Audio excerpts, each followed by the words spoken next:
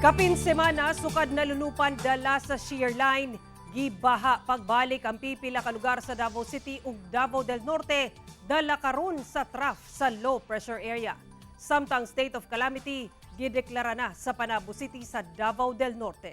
Ani ang report ni Argil Relator. Kapin usa ka semana pa lang sukad gibaha dala sa shear line. Ni bakwit na sab ang mga residente sa Barangay Tigato, Davao City kagahapon. Dihang nabahaan human milapaw ang Davao River. Dala sa way puas nga ulan, sukad pa ni adtong Martes sa gabii. Ang ubang mga residente gipang sakay sa rubber boat aron madala sa evacuation area. Busa ang mga apektadong residente, nagpunsisok na pud sa gym. Ang worst is kanang pagpanglimpyo. Pagpanglimpyo ta sa mga gamit. Tas di man namo makuan gud ang tubig kung taas kayo. So kato among gipang prepare ng mga gamit, maabtan siya tubig ba. Hinuon ang ubang residente, mi bakwit na dihang nadungog ang siren, isip alarma. Magsiri nagkaduha, bakwit agad mi. Muna among ipaabot. Oh, kay balo na mi di para sa una nga magulat pa mi sa tawo nga inana magbakwit.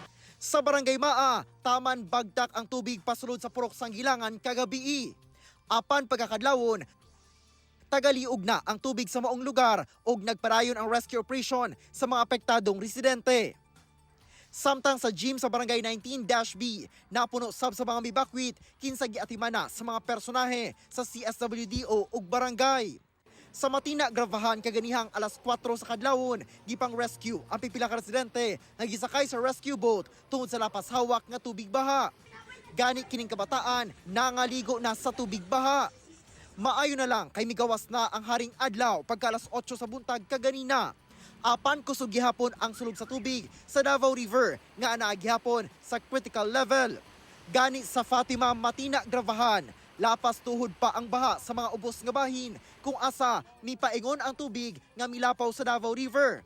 Ang appliances sa mga residenteng nabahaan, naglaray dinhi kay gipangbutang sa taas nga lugar aron dili maabtan sa baha. Kining usa ka kalsada sa Maa, daw dagat gihapon tungod sa taas nga tubig baha. Sa Barangay 9-B, nagpabilin hangtod tuhod ang level sa tubig baha sa residential area nga naakilid sa Davao River. Sumala sa CDRRMO, ana sa kapin 8,000 ka mga individual ang gipabakwit gikan sa 15 ka mga barangay nga gibaha sa Davao City.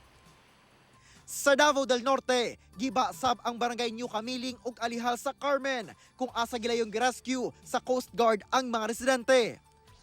Sa lungsod sa Kapalong, daw dagat na ang highway tungod sa baha.